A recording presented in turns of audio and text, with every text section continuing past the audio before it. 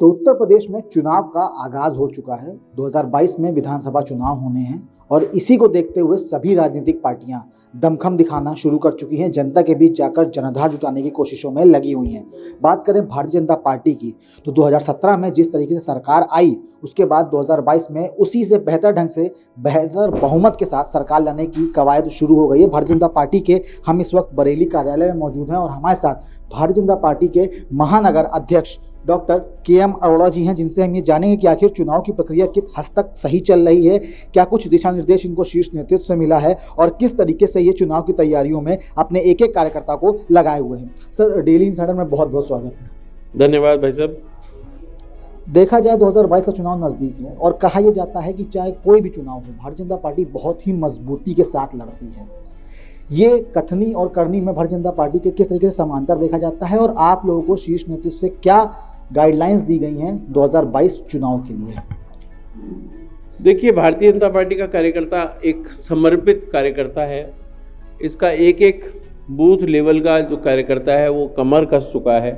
हर पन्ने पर हमने एक एक प्रमुख बना दिया है, जो कि उन एक पन्ने पर 60 वोट होते हैं। उन 60 वोटों की जिम्मेदारी, उनसे लगातार संपर्क करना, उनके वोटों की वोट बन गए हैं नहीं बने हैं, उनकी और कोई समस्या है, सबकी चिंता करते हुए वो उनसे लगातार संपर्क में हैं। तो एक बहुत रूट लेवल तक हम लोग पहुँचे हुए हैं। दूर दूर तक कोई भी पार्टी हमारे आसपास भी खड़ी नज़र नहीं आती है। तो और योगी जी को लोग बहुत पसंद कर रहे हैं। जितना अच्छा काम इस पिछले कार्यकाल में योगी जी ने किया है, एक बीमारू प्रदेश को, पहले कहा जाता था कि बीमारू प्रदेश है और आज विकसित प्रदेश बनकर उत्तर प्रदेश खड़ा हुआ है, तो योगी जी की वजह से हुआ है। जनता को पता है, लगातार निरंतर बिना किसी इंटरेस्ट के, बिना किसी स्वार्थ के प्रदेश के हित में जो काम किए जा रहे हैं, तो हमें पता है कि हमारी सरकार दोबारा बनने जा रही है। पिछली बार से ज़्यादा सीटें लेकर हम इस बार सरकार बनाएंगे, ऐसी मुझे उम्मीद है। बिल्कुल डॉक्टर साहब, जो कॉन्फिडेंस भारतीय जनता पार्टी में है वो निखर कर सामने आ रहा है। लगातार हर मन से कहा जा रहा है कि अब की बार 325 से भी पार आने वाला। तो ये जो कॉन्फिडेंस है, ये कॉन्फिडेंस कहाँ से डेवलप हुआ है सर? देखिए, हम लोग जनता के बीच में काम कर रहे हैं। हमारे पूरी टीम लगातार जनता के बीच में और जनता की उम्मीदों पे खरे उतरे हैं पिछले 4.5 साल में। तो आप यकीन मानिए, जब हमारा कार्यकर्ता इतना ज़्यादा समर्पित है, जमकर काम कर रहा है, एक एक वोट पर काम कर रहा है, लगातार वोट बढ़ाने का काम हम लोगों ने किया है और लोकप्रियता मोदी जी और योगी जी की इतनी बढ़ चुकी है कि हमको विश्वास है कि 350 सीट्स हमारी आएंगी इस बार। डॉक्टर साहब, देखा जाए तो संगठन स्तर पर आपने बहुत महत्वपूर्ण जिम्मेदारियां संभाली है। अब आपको बरेली की जिम्मेदारी दी गई, महानगर अध्यक्ष बनाया गया है। तो चुनावी वर्ष है, एक महत्वपूर्ण जिम्मेदारी आपके कंधों पर है कि वोट बैंक को इकट्ठा करना, वोट बैंक टस से मस ना हो, एकाग्रता लाना वोट बैंक में। तो इन जिम्मेदारियों को किस तरीके से आप निभा रहे हैं और क्या स्ट्रैटेजी दिमाग में है इन जिम्मेदारियों का निर्वहन करते वक्त? देखिए, हम लोग लगातार राउंड द ईयर वर्क कर रहे हैं।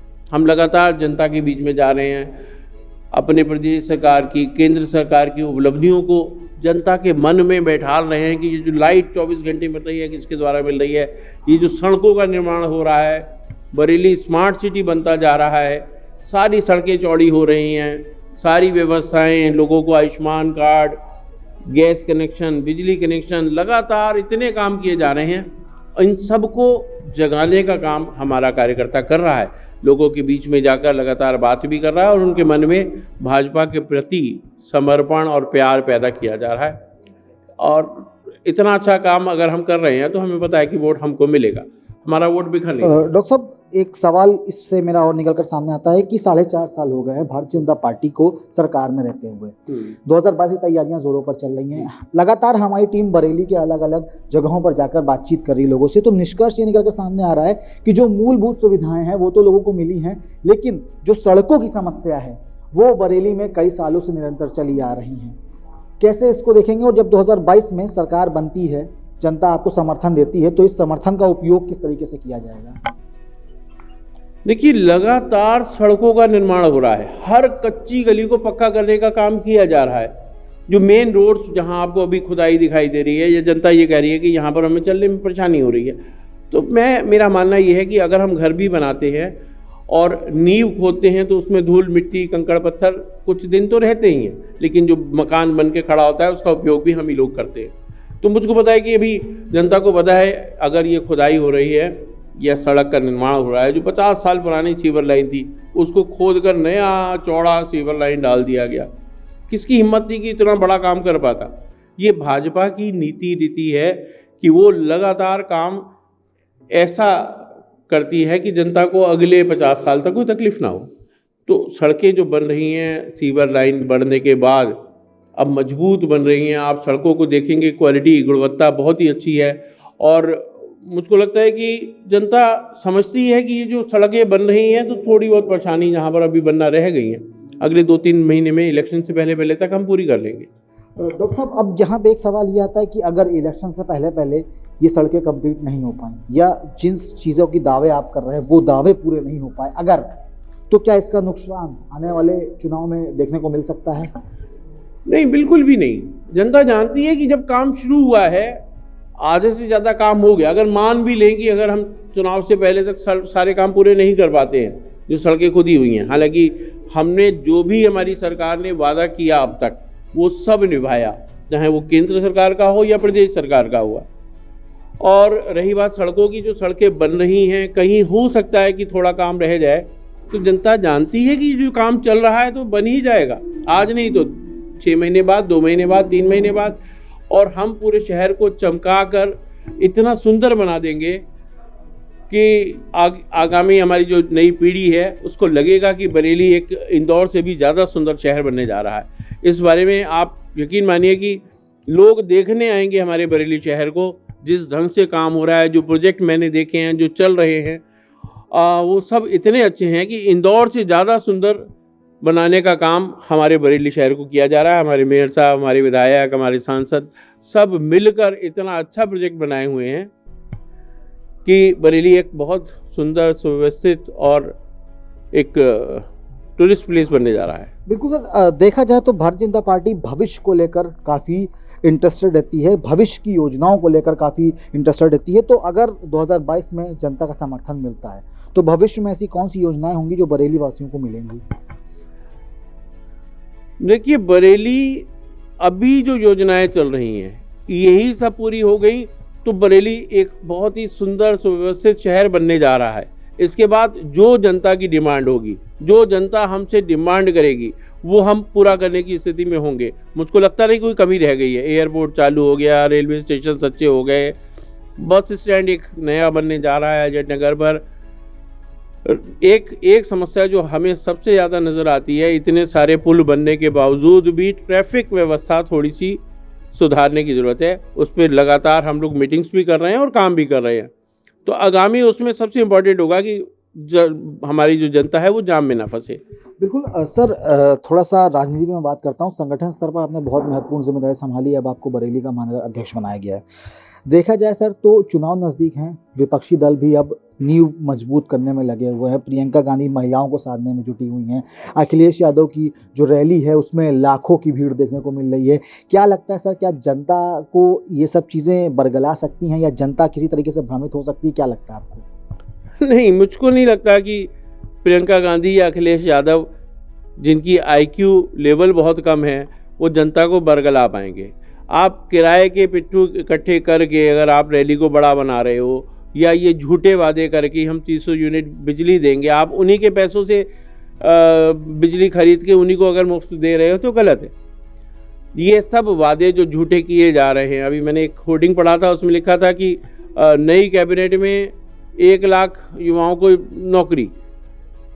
ये वादे आसान नहीं है इसको पूरा करना। इस ढंग से छाप देना बहुत आसान होता है। भारतीय जनता पार्टी जो भी वादा करती है वो उसको खूब सोच समझ के कि हम इसको पूरा कर पाएंगे तभी करती है। और जितने भी वादे आज तक भारतीय जनता पार्टी ने किए सभी पूरे किए हैं। तो इन झूठे वादों के चक्कर में जो सिर्फ इलेक्शन के टाइम में निकल कर ये पार्टियां आ रही हैं, आप समझे कोरोना काल में कहाँ थी ये पार्टियां, कहाँ थे इनके नेता? जब भाजपा का एक एक कार्यकर्ता लोगों की सेवा में जुटा हुआ था, पैदल आ रहे थे मजदूर, उनकी सेवा, उनको चप्पल, उनको भोजन, उनको पानी, उनको चिकित्सा देने का काम भाजपा के कार्यकर्ताओं ने किया, जबकि सत्ता में थे और विपक्ष कहीं नजर नहीं आ रहा था। आज चुनाव का काल आया है तो ये लोग झूठे वादे करके जनता को बरगला नहीं सकते। जनता बहुत समझदार हो चुकी है, वो जानती है कि ये लोग झूठे वादे करके फिर गायब हो जाएंगे। बिल्कुल सर, देखा जाए तो भाजपा का जो संगठन है उस पर भी विपक्षी पार्टियां लगातार हमलावर हैं। पूर्व मुख्यमंत्री और समाजवादी पार्टी के राष्ट्रीय अध्यक्ष अखिलेश यादव कहते हैं स्टूल वाले मुख्यमंत्री। तो ये सब चीजें भी सर, कुछ अगर इस पे आपकी कोई प्रतिक्रिया है संगठन के स्तर पर? देखिए, हम संगठन के स्तर पर इसकी कोई प्रतिक्रिया नहीं देते, ये बड़े नेताओं का काम है। हमारे मुख्यमंत्री जी उसका सटीक जवाब देते पाए गए हैं और लगातार दे भी देते हैं। ऐसा झूठे आरोप लगाना या उल्टी सीधी बात कहना, ये इन नेताओं की फितरत है। इनके पास कोई मुद्दा नहीं बचता तो ऐसे ऐसे आरोप लगा देते हैं जिसका कोई अर्थ नहीं है। बिल्कुल सर, एक छोटा सा सवाल और पूछना चाहूँगा आपसे।